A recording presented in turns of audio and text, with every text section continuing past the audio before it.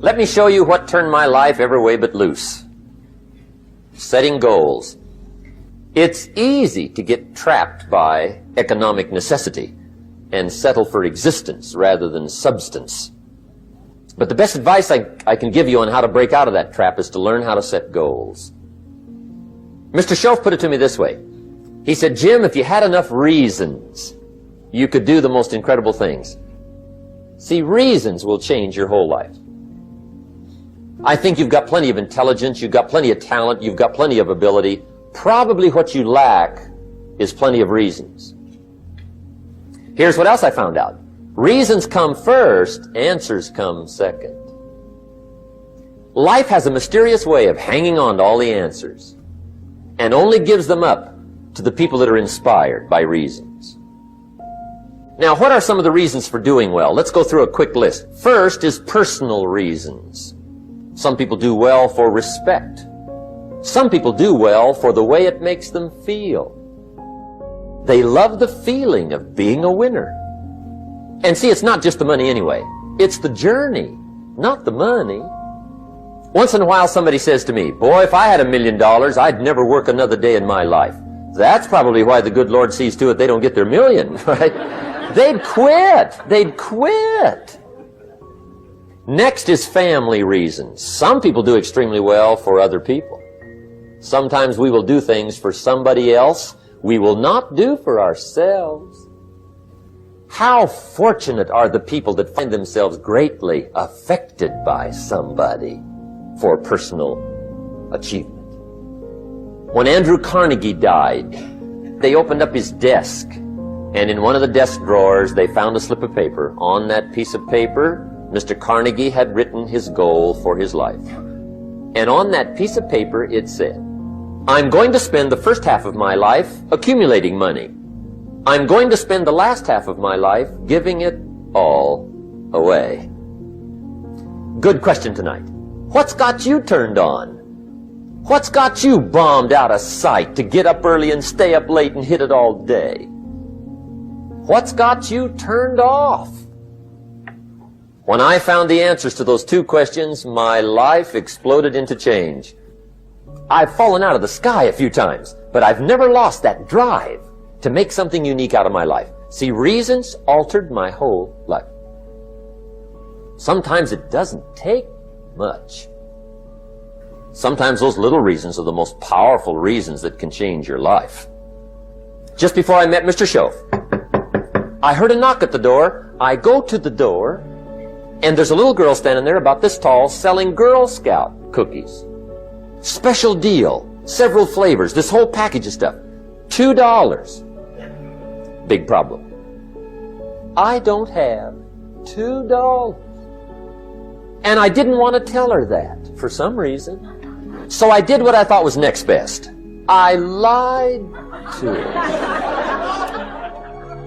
When she left, I closed the door, and that was the day I said to myself, I don't want to live like this anymore. I promised that day I would work as hard as possible and would always carry plenty. It took me a little while, but now I do. And I guess I carry plenty for two reasons. One is the way it makes me feel, but also in case I bump into another Girl Scout selling cookies. It was just one of those reasons, helped to change my life. One of my dear friends, Robert Depew, Bobby used to be a school teacher, one day decided he wanted to get into sales. When he did, his brother laughed at him, said, Robert's lost his mind. He's going to go down the drain, lose everything. Bobby said, the way my brother acted when I got into sales, he said, that made me so mad. Today, Robert happens to be one of my millionaire friends. Bobby's rich. And my question for you tonight is it possible to get that mad? Wealth is not a matter of intelligence. It's a matter of inspiration. Frank Sinatra said one time, the best revenge is massive success. Hey, get you a long enough list of reasons so that after tonight you never lack for inspiration.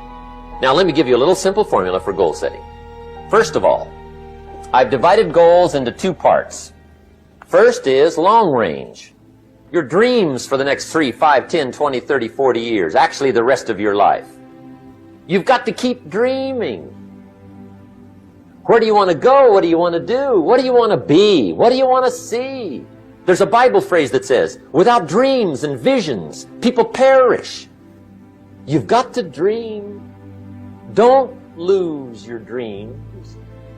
That's long-range goals. So that's number one. Here's the second part of goals, short range. That's your goals for tomorrow, this week, this month, this year, the immediate future.